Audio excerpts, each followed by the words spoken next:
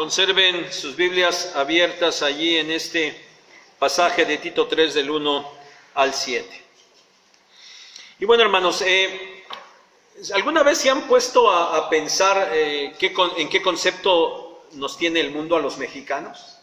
O a lo mejor por ahí lo han escuchado o han buscado, ¿en qué concepto nos tienen? Miren, me puse a buscar rápidamente por ahí en la red. No fue una gran búsqueda, fue muy sencillita, pero encontré que dicen algunos extranjeros, dice, cuando me hablan de México, cuando pienso en México, pienso en cultura, porque tienen una cultura bonita, tienen una comida, mucha comida, una buena gastronomía, entonces pienso en cultura, en comida, pero también en narcotráfico. Piensan en México, cultura, comida y narcotráfico. Hace pocos días, ahora que la FIFA se aventó la puntada de poner a México dentro de los 10 primeros lugares del fútbol mundial, sobre todo los sudamericanos pues se enojaron mucho y nos empezaron a decir que éramos una bola de nopaleros brincamuros. Bueno, pues así nos tienen en el mundo, ¿verdad? Pero bueno, vamos cerrando el círculo. ¿Qué pensarán en México, en todo nuestro país, acerca de los chilangos? Para empezar, oigan, hermanos, de aquí, ¿nosotros somos chilangos o no somos chilangos? Y ahí van, pues sí que no, pero saben, allá en la provincia, ellos no entienden que de la Texcoco para acá es algo y de la Texcoco para allá es otra. Entonces, cuando vamos de allá, de todas maneras, nosotros somos chilangos. Así es de que cuando a los mexicanos les preguntan qué piensan de los chilangos, bueno, los chilangos son unos insoportables y nadie los quiere. ¿Vale? Insoportables y nadie nos quiere. Pero cerremos más el círculo. ¿Qué pensarán de Ciudad Neza? ¿Cuál es el criterio de Ciudad Neza? Bueno, cuando se habla de Ciudad Neza, la gente piensa en pobreza, hacinamiento y violencia. En ese concepto nos tienen. Neza es una zona violenta y marginal. Bueno, como se dan cuenta, pues como que buen concepto de nosotros, ni en nuestro país ni en el mundo tienen, ¿verdad? Pero bueno, para que alivien un poco sus corazones en esta hora, quiero decirles que hay una isla que se llama Creta, allá en el archipiélago griego, allá en el mar Mediterráneo, y los habitantes de esta isla tampoco tenían una fama buena, tenían una fama pésima, una pésima fama. Desde siglos antes de nuestro Señor Jesucristo, algunos lo fechan en el siglo III y otros en el siglo VI, pero desde antes ellos tenían una imagen bastante mala con todo el mundo. El apóstol Pablo en esta carta de Tito, en el capítulo 1, verso 12, él escribe, uno de ellos, es decir, uno de los cretenses, uno de los de Creta, su propio profeta, que les digo, pudo haber vivido entre el siglo III y el VI antes de Cristo, dice, uno de ellos, su propio profeta, dijo, los cretenses, siempre mentirosos, malas bestias, glotones ociosos. Y en el verso 13, Pablo dice, este testimonio es verdadero. Bueno, los cretenses también tenían una fama pésima delante de todos. Su comportamiento era terrible, pero algunos de ellos habían sido salvos. Y su comportamiento, al haber nacido de nuevo, tenía que cambiar radicalmente. Ya no podían ser ni hacer lo que antes eran y hacían. Pero los hermanos seguían batallando con estas características que eran propios de ellos. Y todavía tenían el problema de que en las iglesias se habían introducido falsos maestros que estaban dando falsas enseñanzas y que también tenían estas mismas malas características. Por eso es que Tito había sido dejado allí en Creta por el apóstol Pablo. Él lo menciona en el verso 5 del capítulo 1, para corregir lo deficiente y establecer ancianos en cada ciudad de esa isla. Hermanos, en el desarrollo de esta pequeña carta de Pablo, él instruye a Tito sobre las características que deben tener aquellos que se encargan de guiar a la iglesia. Pero también Pablo establece las normas de conducta que deberían tener aquellos cristianos de Creta en general. Ya no deberían ser como eran antes, ahora tenían que tener nuevos comportamientos. Hermanos, en este contexto se encuentran los versículos en los que vamos a meditar el día de hoy, que de manera introductoria y muy breve les diré que nos vamos a centrar en 3 palabras que aparecen en estos versículos. La primera aparece en el verso 1, recuérdales, dice recuérdales. Y en el verso 1 y 2 lo que ellos deberían recordar, los cristianos de Creta deberían recordar, eran mandamientos que Pablo les va a escribir, pero que sin duda ya les había dicho anteriormente. Por eso recuérdales. Y hay unos mandamientos para su comportamiento correcto. La segunda palabra es la palabra porque del versículo 3. Es decir, aquí se habla de la razón que marca un contraste para el comportamiento de los cristianos de Creta. Debía haber un cambio por lo que antes ellos hacían. Los cristianos de Creta deberían acordarse de lo que eran antes, para que no lo repitieran. Y en los versos 4 al 7, la tercera palabra, la palabra pero, es decir, había sucedido algo en sus vidas. Y ahora ellos estaban capacitados para cambiar aquella conducta anterior y ahora atender los mandamientos que de manera específica les está dando Pablo. A pesar de su pecaminoso comportamiento anterior, los cristianos de Creta habían alcanzado la salvación por la gracia de Dios.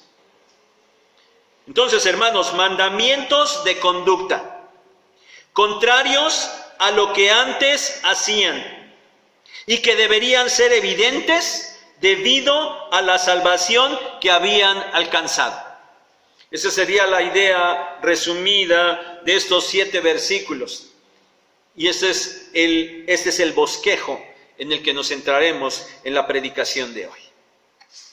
Y en primer lugar, hermanos, el primer punto, la primera palabra que mencionamos, porque. Vamos a dejar para después, para el tercer y último punto, los versículos 1 y 2, donde encontramos esos mandamientos que he estado mencionando. Iniciemos el punto 1 con el verso 3, donde encontramos esta palabra, porque. Cuando encontramos esta palabra, podemos darnos cuenta que nos está diciendo que hay una razón. Hay una razón de lo que se acaba de decir. Aquellos mandamientos que se habían dado a los cristianos de Creta tenían que ser obedecidos por una razón. Y la razón del mandamiento para un nuevo comportamiento que debería marcar un evidente contraste era porque antes se tenía un comportamiento totalmente pecaminoso. Y ahí en el versículo 3, Pablo enlista estos pecados. Véanlos, ya los leímos, pero véanlos otra vez. Verso 3, porque nosotros también éramos en otro tiempo insensatos, rebeldes, extraviados, esclavos de concupiscencias y deleites diversos, viviendo en malicia y envidia, aborrecibles y aborreciéndonos unos a otros. ¡Wow! Sí que eran de admirarse esos cretenses, ¿verdad? Pero miren, hermanos, si bien es cierto que estas eran las características de los cretenses sin Cristo, Pablo le está diciendo ahora a los cretenses ya cristianos que deberían recordar que ellos antes eran iguales. Pero hermanos, quiero que hoy vayamos un poquito más allá, porque realmente estas características no eran exclusivas de ellos. Porque todo hombre pecador, y todos somos pecadores, todo hombre pecador se inclina a estas cosas. Es más, tan es así que notaron cómo escribe Pablo, cómo se expresa. Él mismo se está incluyendo. Está hablando de los cretenses, pero él se está incluyendo y dice, nosotros también éramos en otro tiempo. Y entonces viene esa lista que ya consideramos. Hermanos, no vamos a considerar toda esta lista de pecados. Solo quiero enfocarme en los 3 primeros. Y lo quiero hacer porque son los que se contrastan con los mandamientos de conducta que debemos enfatizar también el día de hoy, que tienen que ver con el propósito de esta predicación. Hermanos, las 3 características de las personas sin Cristo, que aquí Pablo señala, son que ellos eran insensatos, rebeldes y extraviados. Insensatos, rebeldes y extraviados. ¿Qué significa insensatos? Un insensato es un no entendedor. Es alguien que no aplica la mente. Es alguien que carece de sentido. Y dice el diccionario inclusive una indigna carencia de entendimiento. Es decir, un insensato es alguien que no tiene entendimiento. De manera básica, obviamente, no hay entendimiento hacia las cosas espirituales y por eso no puede haber un entendimiento correcto, mucho menos del resto de las cosas que pasan en la vida. Insensato, sin entendimiento. Rebeldes. Esto significa literalmente la condición de ser impersuasible. No hay manera de persuadirlo. Esto significa que es alguien obstinado. Diríamos hoy un necio, ¿verdad? Es que no cambian. Por no entender, se cae en esa obstinación. Y evidentemente el mayor rechazo obstinado es hacia la voluntad de Dios. Y esto entonces nos dice que un rebelde simplemente es un desobediente. Un rebelde es un desobediente, básicamente desobediente a los mandamientos de Dios. Y finalmente, extraviados. Esto significa hacer errar o engañar. Y entonces tiene la idea básica de que alguien que está extraviado está desviado del camino correcto, pero desviado de una manera deliberada. Entonces puntualicemos, por su naturaleza pecaminosa, no solo los cretenses, sino todo hombre, no puede tener un entendimiento correcto de las cosas. 2, es desobediente, y 3, está engañado o desviado del camino correcto. Pasemos al punto 2. El punto 2, la palabra pero. Ahora, hermanos, en el verso 4 encontramos esta palabra, pero. Miren, sí, de una manera natural, los cretenses no podían tener comportamientos adecuados, por naturaleza no podían. Y por eso su comportamiento, sus características eran las que acabamos de leer y eran características de un hombre pecador, ¿verdad? De alguien sin entendimiento, de alguien desobediente y de alguien errado del camino. Ellos, al ser así, no podían obedecer los mandamientos que se les habían señalado. De manera natural no podían. Pero, algo había sucedido en ellos. Versos 4 al 7, véanlos. Pero cuando se manifestó la bondad de Dios nuestro Salvador y su amor para con los hombres, nos salvó, no por obras de justicia que nosotros hubiéramos hecho, sino por su misericordia, por el lavamiento de la regeneración y por la renovación en el Espíritu Santo, el cual derramó en nosotros abundantemente por Jesucristo nuestro Salvador, para que justificados por su gracia, viniésemos a ser herederos conforme a la esperanza de la vida eterna. Algo había sucedido a los cristianos de Creta. Ellos eran así como ya vimos, pero algo había pasado en sus vidas. Lo mismo que había pasado en la vida de Pablo y lo mismo que pasa en la vida de todos los cristianos. Dios los había salvado. Eso es lo que había sucedido en sus vidas. Dios los había salvado. Y hermanos, en estos versículos 4 al 7 encontramos de una manera resumida, pero de verdad extraordinaria, toda esa obra de la salvación. Miren, hay versículos muy famosos en la Biblia que gustan a toda la cristiandad y que inclusive se aprenden de memoria. ¿Saben? Yo les quisiera pedir que aprendan de memoria estos 3 versículos. Bueno, 4, del 4 al 8, ¿verdad? Del 4 al 7, perdón. Aprendan de memoria estos versículos. Contienen de manera resumida una profundidad teológica bastante maravillosa. Miren, hablando de la salvación, ahí Pablo escribe que fue por la manifestación de la bondad y el amor de Dios. Que no fue por obras, sino por su misericordia, por el lavamiento de la regeneración y por la renovación del Espíritu Santo. Para justificación, por gracia, para adquirir herencia por la esperanza de la vida eterna. ¿Se dan cuenta? Cuánta profundidad teológica en tan pocos versículos. Y hermanos, en esencia, ¿qué es esto? ¿Se dieron cuenta que por ahí aparece la palabra regeneración y renovación y vida eterna? ¿Qué es esto?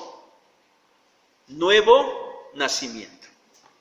Eso es el nuevo nacimiento. Pablo está diciendo a los hermanos de Creta que debido a que ellos han sido salvos, regenerados, renovados y justificados, debido a eso, ese comportamiento terriblemente pecaminoso que acaba de enlistar había quedado ya en el pasado. Eran esto. Pero, como ahora son salvos, ustedes, eso queda en el pasado. Miren, si puntualizáramos algo de estos versículos, pudiéramos decir, éramos en otro tiempo, pero Dios nos salvó. Así es que, hermanos, no lo olviden.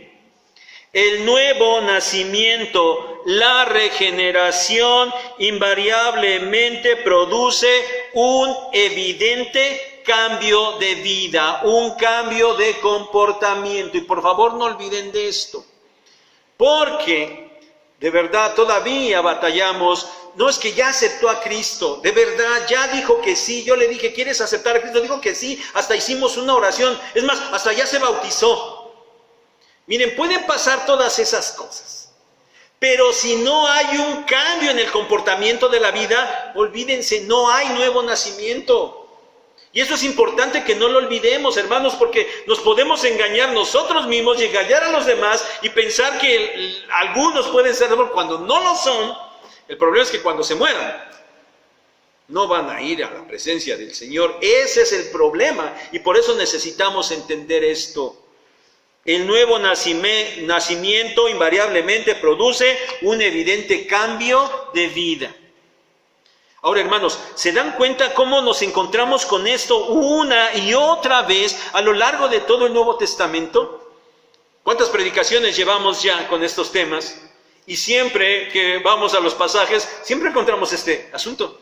De alguna u otra manera, regeneración, nuevo nacimiento. Regeneración, nuevo nacimiento. Es por eso que todas las relaciones del cristiano, su relación con Dios, con la iglesia, con el mundo, con la familia y ahora con el gobierno, sus relaciones deben cambiar radicalmente. deben ser contrastantes. El que ha nacido de nuevo, antes se comportaba de una manera y se relacionaba con todo esto de una manera. Pero ahora que ha nacido de nuevo, se relaciona con todo eso de una manera diferente. Por favor, hermanos, síganse centrando en este marco. Porque en ese marco toma sentido para nosotros todos los aspectos de nuestra vida, por haber nacido de nuevo. Vamos al punto 3. La palabra recuérdales. Vayamos pues entonces a los mandamientos de comportamiento.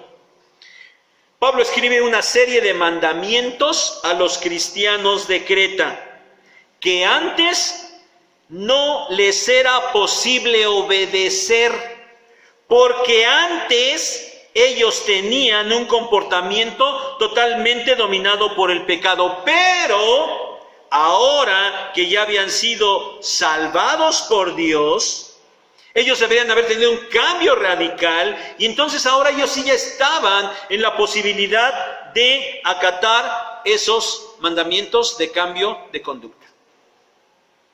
Versículos 1 y 2 otra vez.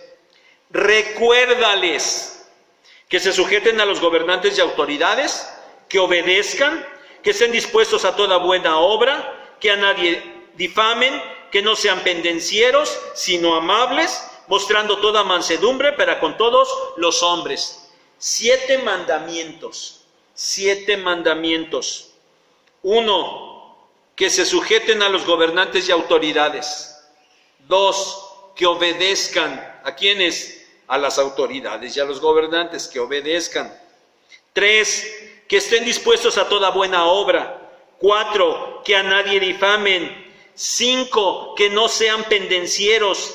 6, que sean amables. 7, que muestren mansedumbre. Hermanos, estos mandamientos que tienen que ver con el comportamiento de los cristianos se dirigen primero hacia el gobierno y los otros a su relación con todas las demás personas. Bueno, al igual que la lista de pecados, no vamos a considerar aquí todos los mandamientos, solo los 2 primeros, que tienen que ver con el tema y el propósito de esta predicación, que es nuestra relación con el gobierno. Nuestra relación con el gobierno. Y estos mandamientos son: 1, sujetarse a los gobernantes y autoridades.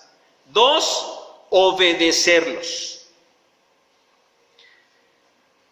Sujetarse, espero que recuerden un poco la predicación de la semana pasada, y si no, por eso hay que repasarla, ¿verdad?, durante la semana.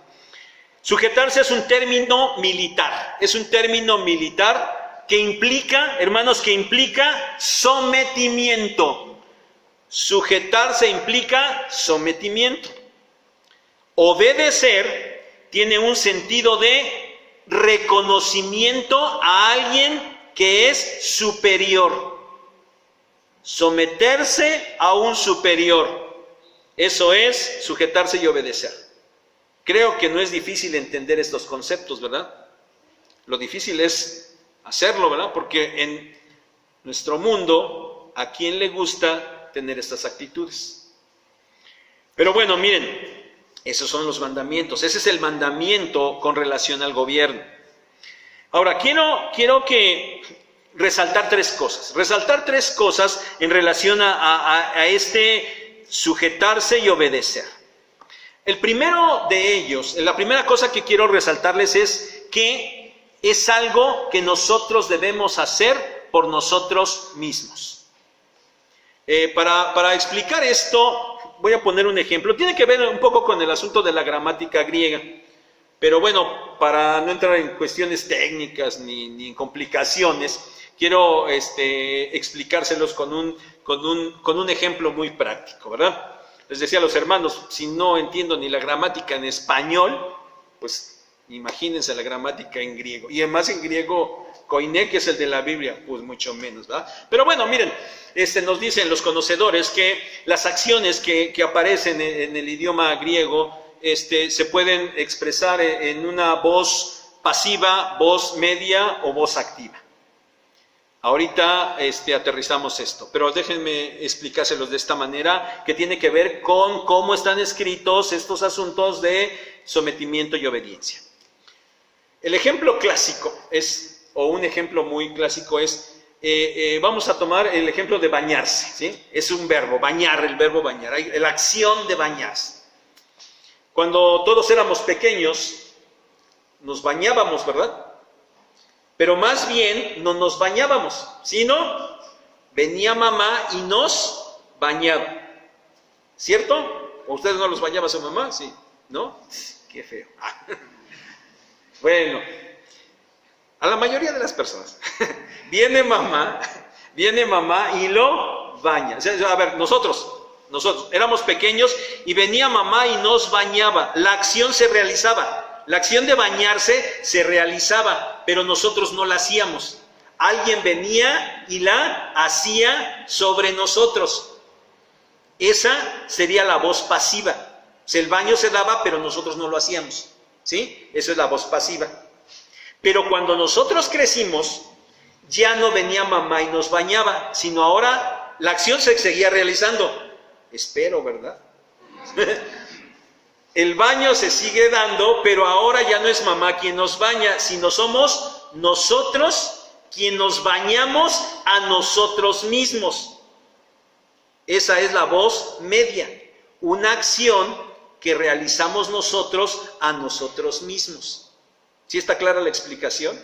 ¿No los confundí? Ok.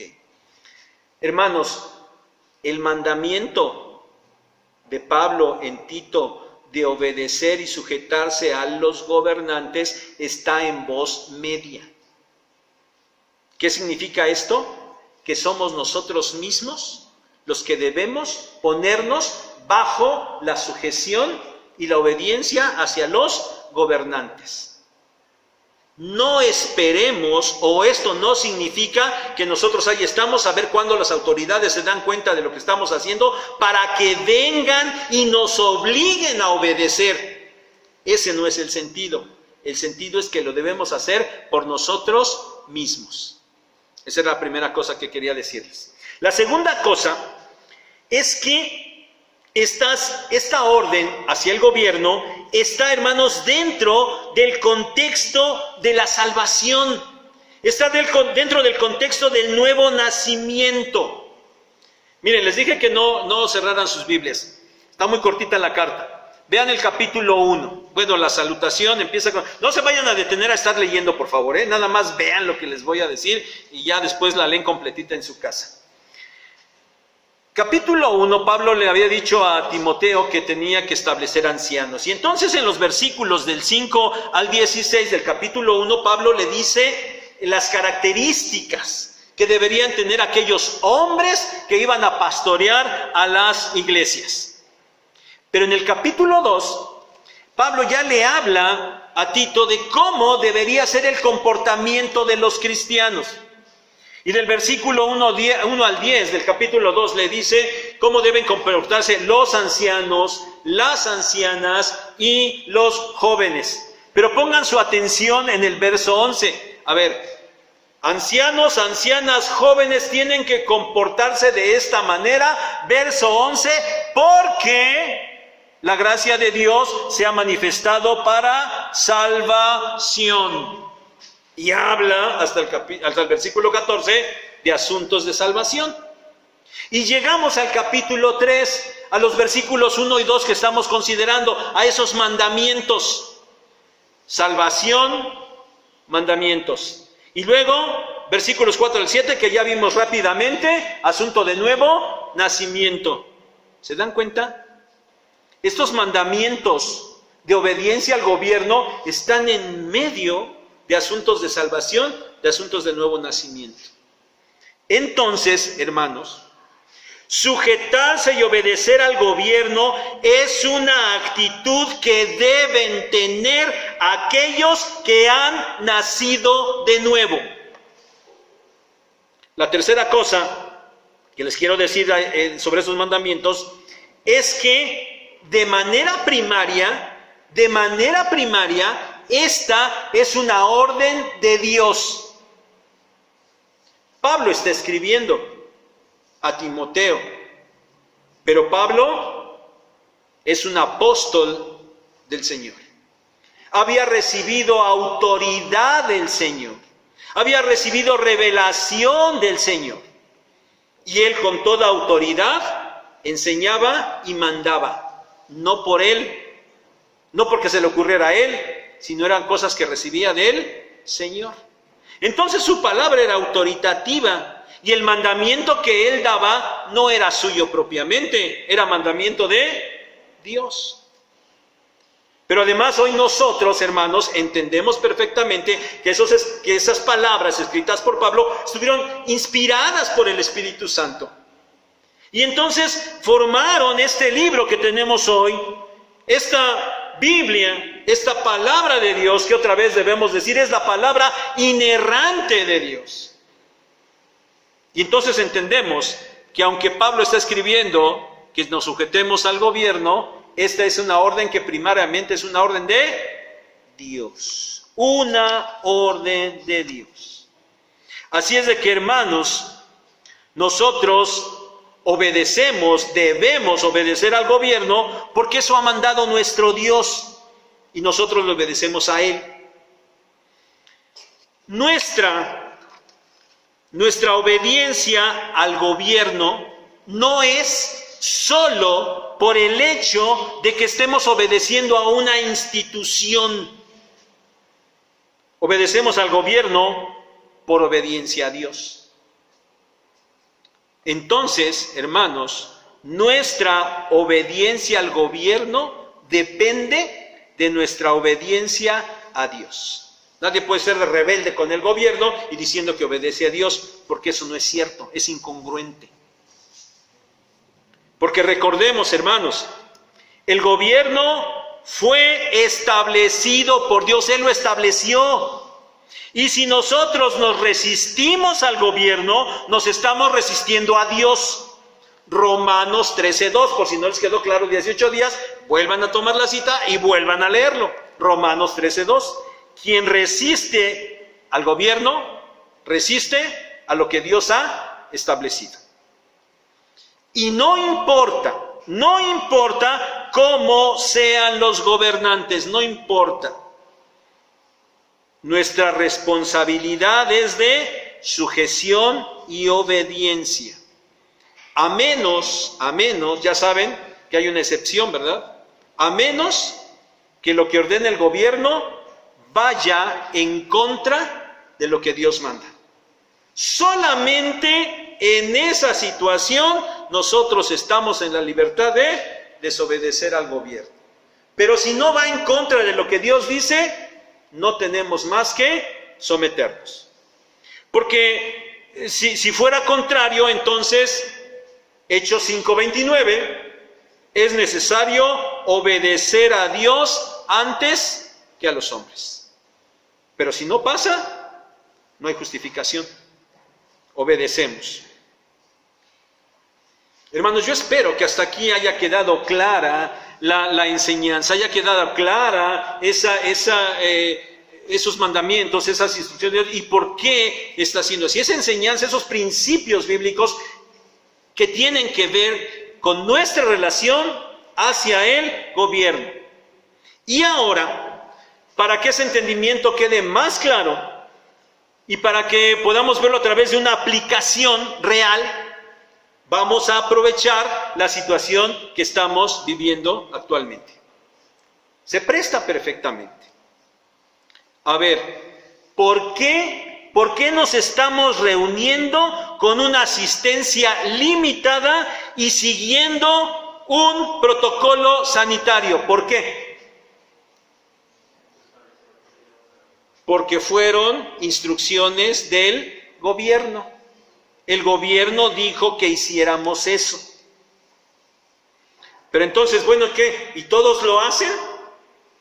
¿Ustedes van allá a cualquier otro lado y todos hacen lo que aquí hacemos? ¿En la medida en lo que lo hacemos? Ciertamente la respuesta es no. Pero no se olviden, aquellos allá afuera no lo hacen porque por naturaleza tienen un entendimiento incorrecto. Son desobedientes y están errados en su camino. Así son de manera natural. Por eso ellos no lo hacen, porque son desobedientes. Son desobedientes al igual que nosotros lo éramos antes. Pero nosotros ya nacimos de nuevo.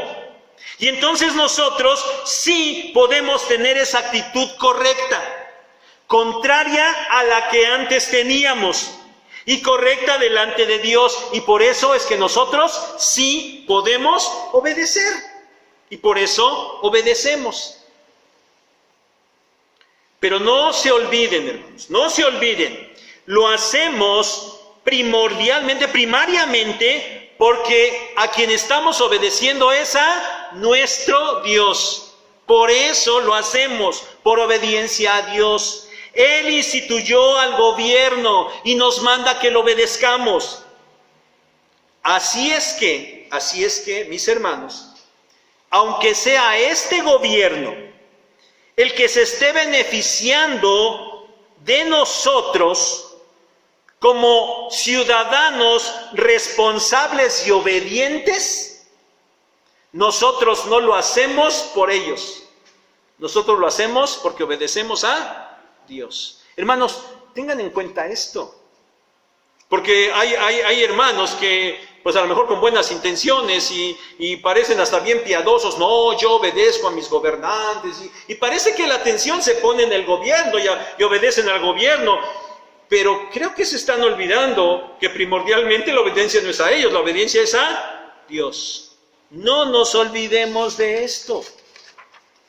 Pero también no nos olvidemos que hay un filtro, ¿verdad? Hay un filtro que debiéramos considerar. Y entonces deberíamos preguntarnos, a ver, esto que las autoridades nos están mandando para reunirnos de esta manera y hacer todo lo que estamos haciendo, ¿contradice en algo algún mandamiento de Dios? ¿Nuestra fe se está viendo afectada? ¿Nos están haciendo que vayamos en contra de nuestro Señor o de lo que Él dejó en la Biblia? Definitivamente no. Entonces, hermanos, si no contradice un mandamiento de Dios, ¿qué es lo que nos toca? Simplemente obedecer. Obedecer. Otro punto de los principios aprendidos es que acatamos esto por nosotros mismos. ¿Se acuerdan? ¿Nos bañan o nos bañamos?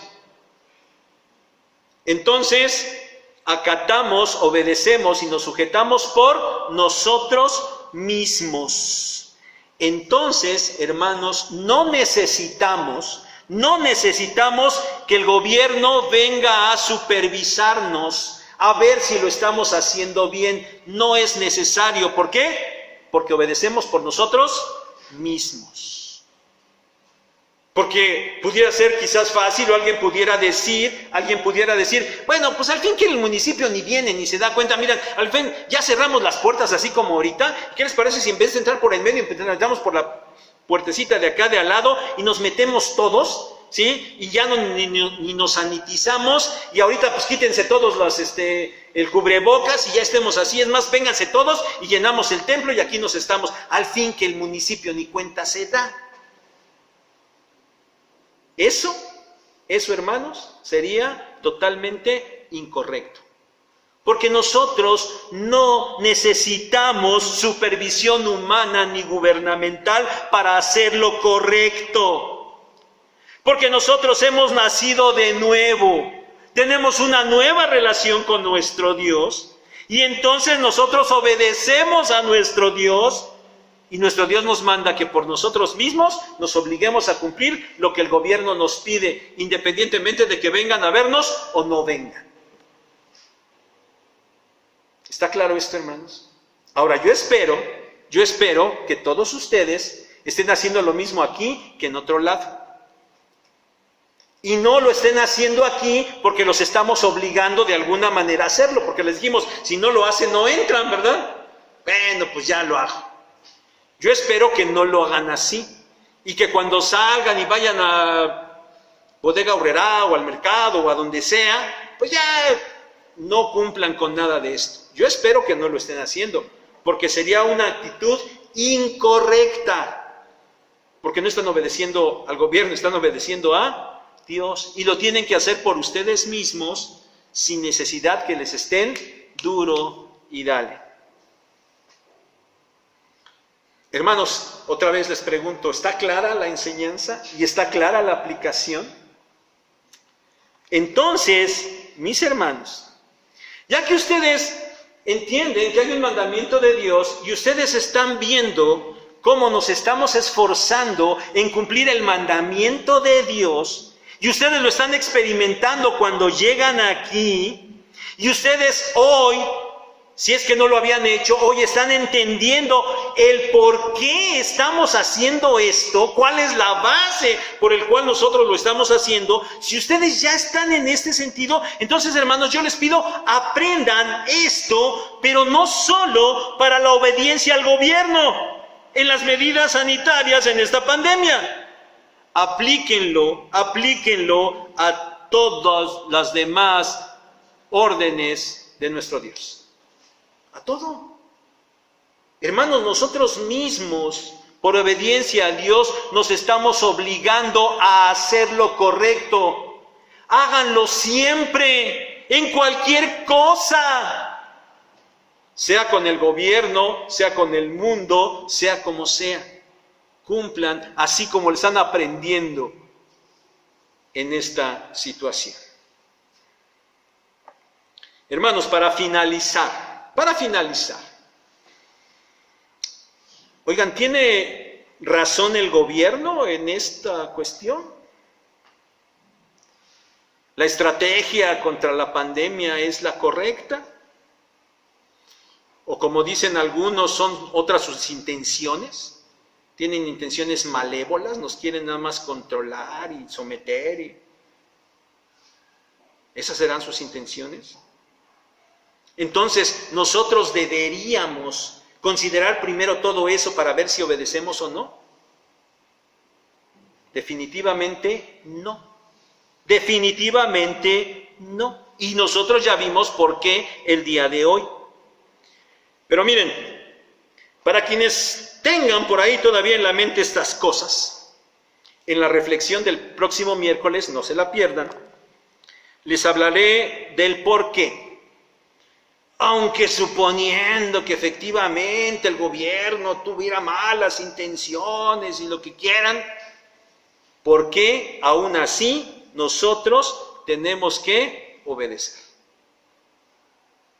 Y les voy a explicar, no tengan miedo, no va a pasar, y aunque pase, nosotros estamos exentos de muchas cosas, de verdad. No se pierdan la reflexión del miércoles. Mientras tanto, hermanos, por hoy, seamos obedientes al gobierno.